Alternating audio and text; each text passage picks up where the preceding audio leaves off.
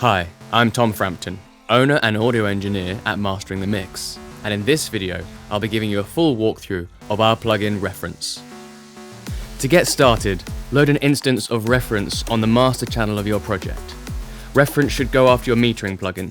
We recommend our comprehensive metering plugin Levels, of course. To load a reference track, drag and drop your file into the wave transport, or click the plus icon.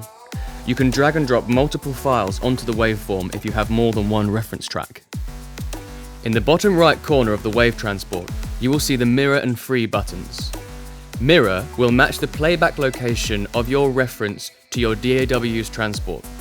This is useful for when you have a different version of the same track you're working on and want to seamlessly jump between the versions at the same point in the song. When free is activated, you can navigate to any part of your reference track by clicking on the waveform in the wave transport. You can create loops in free mode. To create a loop, select and drag over the part of the waveform you wish to loop. You can create as many loops as you want. To toggle a loop on and off, control and click on the loop inside the wave transport. To remove all loops, command and click anywhere in the waveform section. Loops are not available in mirror mode. In the top right corner of the wave transport, you will see the level match button. When selected, this will accurately match the perceived loudness of the track you are working on and your reference. This is an absolutely crucial stage in comparing audio. Louder sounds give humans the illusion that they have a thicker bass and more clarity in the high frequencies. By level matching, you'll be able to compare the tracks fairly and make mixing decisions with confidence. Click the level match button again to remove the level matching. If you have multiple reference tracks, another button will appear adjacent to the level match button that looks like this. This button, when clicked, will level match all of your reference tracks and the original track you're working on. When you have different versions of the same mix or master, there can be slightly different lengths of silence at the beginning of the tracks. This can be really annoying and time-consuming when you have to line them up to jump between them seamlessly during referencing. The auto-align button does this laborious job for you in an instant, so you can spend your time mixing. When you load a new reference track, the auto-align button will show that it's thinking by the two lines moving back and forth. If auto-align detects that you have loaded a reference track that is a different version of the track you're working on, i.e. an alternate mix or master, the auto-align lines will stop moving and become clickable. When you click auto-align, the selected reference will become aligned to the original track you're working on. If the reference track is not an alternate version of the track you're working on, the auto-align button will show a cross. If you have multiple versions of the same song, another button will appear adjacent to the auto-align button that looks like this. When selected, this button will automatically align any tracks that are an alternate version of the original track you're working on. Auto-align works best when you play the original in your DAW from the beginning. The track tabs display what tracks you've loaded into reference. Add a reference file by dragging and dropping your file onto the wave transport, or by clicking the plus icon to the right of the track tabs. Click the minus icon to the right of the track tabs to remove the selected file from reference. You can toggle between your different references by clicking on the tabs. The original button is selected as default, and you will hear the audio you are working on in your DAW. The reference button will enable playback of whichever reference track is selected in the track tabs. The buttons are linked, so you don't have to move your mouse to switch from original to reference. The track tabs and the original and reference buttons are MIDI mappable, and when the reference window is selected, you can use the left arrow key to toggle between the original and reference. You can change this key command in settings to suit your preference. The original and reference buttons have adjacent meters, giving you the peak, integrated LUFS, and gain readings for the tracks you are comparing. Click on the readouts to reset the meters. Click on the LUFS, peak, or gain text to switch between the three different readouts for your original and reference track. LUFS stands for Loudness Units Relative to Full Scale, and it's an incredibly useful measurement as it gives you an accurate display of the perceived loudness of audio material. Peak will tell you the peak of your audio measured in decibels.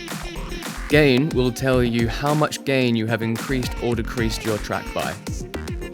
You can use the gain slider to adjust the gain of either the original or the reference track. The gain slider has a default range of -12 decibels to +12 decibels. This can be increased to ±18 decibels in the settings.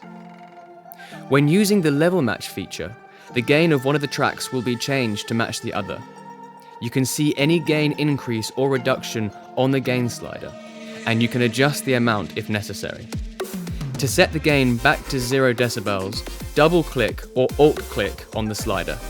Click the resizing icon in the top right-hand corner of reference to switch between normal and compact view. You can also drag the bottom right-hand corner to increase the size of reference. When you listen to your reference track and you compare it to your own music, it can be difficult to put your finger on what changes you need to make. The one-of-a-kind Trinity Display uses intelligent algorithms to show you how the frequency balance, stereo width, and punch of your track compares to your reference. You can create from 1 to 5 movable frequency bands in the Trinity Display. Each band gives you a specific reading of how the punch and balance of your track compares to the punch and balance of your reference in the corresponding frequency band. To solo one of the frequency bands, click anywhere inside the band. Click once more to unsolo that band and listen to the whole mix again. Soloing the bands is a great way to zone in on the intricate differences between your mix and your references. To create a new frequency band divider, Control-click anywhere on the Trinity Display. Once a divider is created, you can move it by clicking on it and dragging it. To remove a divider, Control-click on the divider itself. The stereo spread displays the stereo width of both your original track and your reference.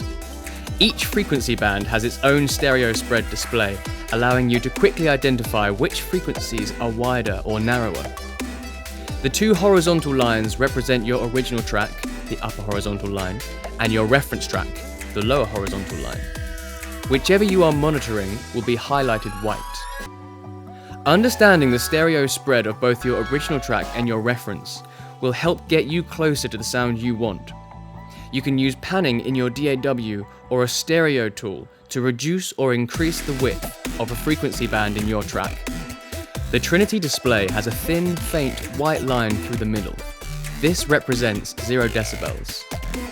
The white horizontal level line tells you how much perceived volume that frequency band has compared to the same frequency band in your reference track. The white level line will move into the upper half of the Trinity Display if the frequency band has more perceived volume than the corresponding band in your reference. The level line will descend into the lower half of the Trinity Display if the frequency band has less perceived volume than the corresponding band in your reference. Looking at this example, we can determine that from 0 to 200 Hz, our original track has less energy than our reference. This might prompt us to boost the volume of our bass, or add a low frequency EQ boost to our kick. We can also see that from 200 to 2000 Hz, our original track has a similar amount of perceived volume to our reference, so we might not change this at all. Finally, we can see that from 2000 Hz to 20,000 Hz, our track has more perceived loudness than our reference. We might decide to musically reduce the high frequency sticking out in our mix. Alternatively, we might decide that we like the clarity of our mix and leave the EQ balance as it is. The purple punch dots in the Trinity Display will tell you how the short-term dynamic range of your track compares to the short-term dynamic range of your reference. The punch dots will move towards the level line if that frequency band is more compressed in your original than in the corresponding frequency band of your reference. The punch dots will move away from the level line if that frequency band is less compressed in your original than in the corresponding frequency band of your reference. The more opaque the dots are, the larger the difference between the punch of your track and the punch of the reference. In this example, we can see that the low frequency band from 0 to 200 Hz is showing the punch dots moving towards the level line. This tells us that our original track has more compression in the low frequencies than the reference track. This might prompt us to reduce the compression on our kick or bass elements. We can also see that from 200 to 2000 Hz, the punch dots are barely visible. This means our original track has a similar amount of compression to our reference. Finally, we can see that from 2000 Hz to 20,000 Hz, the punch dots are moving away from the level line. This means that the high frequencies are punchier in our track than in the reference. We may decide to compress these transients using a multiband compressor, or we might decide that we actually like the punchy top end and leave it as it is. The Trinity Display has 4 different scales, plus minus 5, 10, 15, and 20 decibels. By default, the range will automatically change depending on the readings. To change the scale manually to a broader or more magnified setting, click the plus minus numerical readouts at the bottom left or top left of the Trinity Display. If you're mastering a track and you want to visually see the intricate changes you've made, then plus minus 5 decibels would be the most magnified setting. Click the A button to engage automatic range setting. Trying to get your mix or master to match the frequency spectrum of a reference track simply will not work. This is because there are so many variables that affect how a track sounds, such as instruments, tuning, performance, and samples, etc. The music won't necessarily sound good, even if your track and the reference track look the same on a frequency spectrum. The Trinity Display has a unique approach to this. We use a modified version of LUFS calculations to identify how our ears perceive sonic differences between 2 tracks. You can change the default settings of reference to suit your workflow.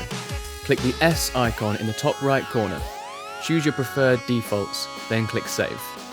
You can create and recall presets using the plugin wrapper in your DAW. When you create a preset, you will be able to recall the reference tracks, the loops, the level match adjustments, and the Trinity Display settings. We recommend creating presets categorized by genres you work in. You can then quickly recall your favorite reference tracks with the loops already created. Thanks for watching. I hope reference helps you get closer than ever to the sound of your favorite music.